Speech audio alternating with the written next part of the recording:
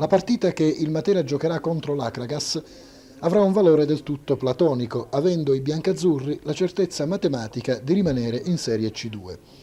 Questo è il responso di un cervello elettronico messo in azione da un gruppo di sportivi, ai quali a pochi giorni dalla conclusione del campionato è venuto l'uzzolo della matematica.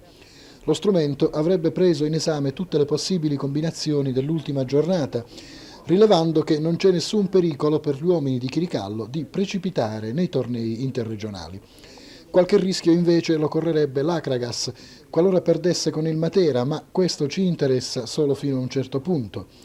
Inutile dire che apprendiamo con soddisfazione la notizia della salvezza assicurata, anche se non siamo in condizione di fornire riscontri a coloro che come noi a scuola hanno imparato più a leggere e a scrivere che a far di conto e tantomeno a usare calcolatori elettronici.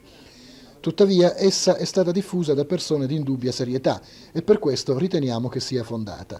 Ma a prescindere dalla fondatezza della notizia, la partita di Caltanissetta, l'Akragas giocherà in campo neutro, come ha detto Sarra poco fa, non si presenta molto ostica per il Matera, visto che anche i suoi avversari baderanno innanzitutto a non prenderle per incamerare un punto di estrema importanza ai fini della salvezza. Pensierino della sera. Chi si cruccia di non poter vedere la C1, nella quale tutti avevamo sperato, si rallegri pensando allo scampato pericolo della serie interregionale.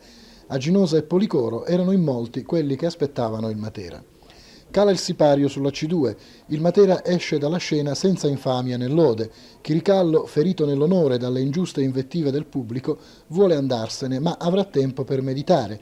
Così come la società dovrà piegarsi su un programma di risalita che ormai si impone dopo 3 stagioni decisamente grigie. Per gli amanti del pallone, invece, il futuro è roseo. C'è il Mondial che metterà fine alle dispute di campanile e riunirà tutti i tifosi sotto l'azzurro vessillo della patria pedatoria.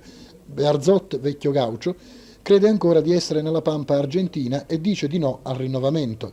Chiricallo invece, se resterà a Matera, i rinnovamenti li pretenderà.